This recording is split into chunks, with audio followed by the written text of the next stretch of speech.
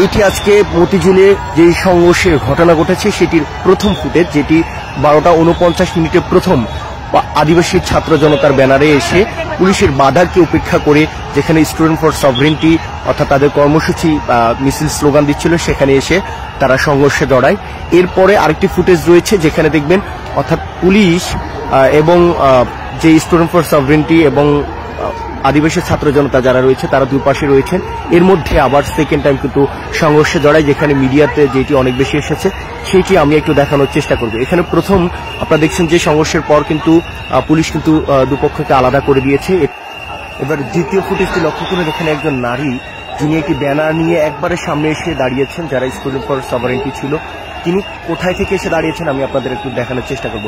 অর্থাৎ মাঝখানে পুলিশ, মাঝখানে লম্বা একটা স্পেস জায়গা, ওই পাশে অর্থাৎ পাহাড়ি আদিবাসী যারা তারা আন্দোলন করছেন এই পাশে এসে তিনি ঘুরে একবারে যারা আন্দোলন করছেন পুলিশের সামনে, পুলিশ যাদেরকে ব্যারিকেড দিয়ে রেখেছে তাদের সামনে এসে কিন্তু তিনি ব্যানারটি ধরেছেন। আর এখান থেকে দ্বিতীয়বার সংঘর্ষের সূত্রপাত ঘটে। এখানে যারা এগিয়ে যাচ্ছেন তারা মূলত ওই নারী সামনে ব্যানার ধরার ফলে তাকে মারতে উদ্যত হচ্ছেন এবং এক পর্যায়ে পুলিশের যে ব্যারিকেড ছিল তারা এইটি ভেঙে অতিক্রম করে সামনের দিকে চলে যান।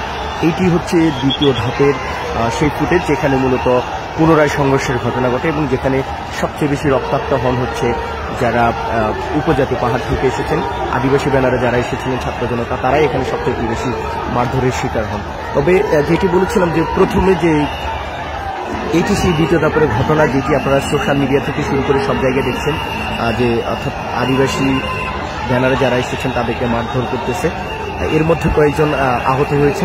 তবে এই দুপক্ষের যে সংঘর্ষের ঘটনা ঘটেছে, প্রথমে আদিবাসী ব্যানারে যারা এসেছেন তারা তাদের দিকে এগিয়ে গেছেন এবং দ্বিতীয় ধাপে যারা দেখেছেন যে একজন নারী কিভাবে সামনে গিয়ে ব্যানার ধরেছে এবং সুকৌশলে যাতে তার দিকে এগিয়ে আসে এবং এখানে যারা আন্দোলন করছে ঠিকই তারা কিন্তু এগিয়ে এসেছে এবং শেষ ধাপে কিন্তু এই সংঘর্ষের ঘটনা যেটি আপনারা এখন দেখলেন এটি কিন্তু মূলত দ্বিতীয় ধাপে যদি ওই নারীটির সামনে না যেতেন এটি কিন্তু হতো না।